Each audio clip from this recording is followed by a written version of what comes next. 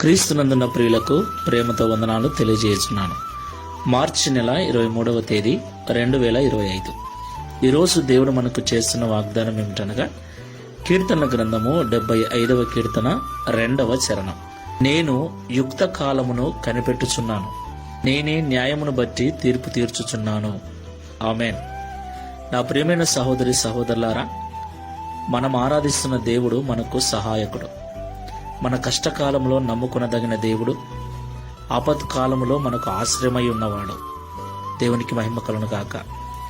అయితే దేవుడు మనకు సహాయం చేయటానికి, దేవుడు మన మొర వినటానికి, దేవుడు మనల్ని విడిపించటానికి తగిన సమయాన్ని ఆయన నిర్ణయించి ఉన్నాడు. మనము తొందరపడితే కాదు, మనం ఎంత కోరుకున్నా కాదు. మనము విడవక ప్రార్థన చేస్తూ ఉంటే, విసుకక ప్రభువును అడుగుతూ ఉంటే, మన జీవితంలో దేవుడు మేలు చేయని ఉద్దేశించిన ఆ ఒక రోజు, ఆ సమయము, ఆ కాలము వచ్చినప్పుడు ఎన్ని అడ్డంకులు ఉన్నా, ఎంతమంది వ్యతిరేకించినా, ఎన్ని ఆటంకాలున్నా దేవుడు మనకు న్యాయం తీరుస్తాడు, మన స్థితిగతులు మారుస్తాడు.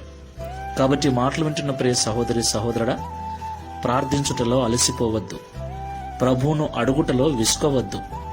ఒక కాలం వస్తుంది, నీ కొరకు నా కొరకు దేవుడు మేలు చేయని ఉద్దేశించిన ఆ కాలము వచ్చినప్పుడు ఎన్ని బంధకాలున్నా ప్రభు విడుదల కలిగించి స్వేచ్ఛనిస్తాడు, సుఖాన్నిస్తాడు, సౌఖ్యాన్నిచ్చి మన జీవితాన్ని ఆశీర్వదిస్తాడు. ప్రార్థన చేసుకుందాం. సర్వ శరీరులకు దేవుడైన తండ్రి, పరిశుద్ధుడా, మీకు వందనాలు చెల్లిస్తున్నాం.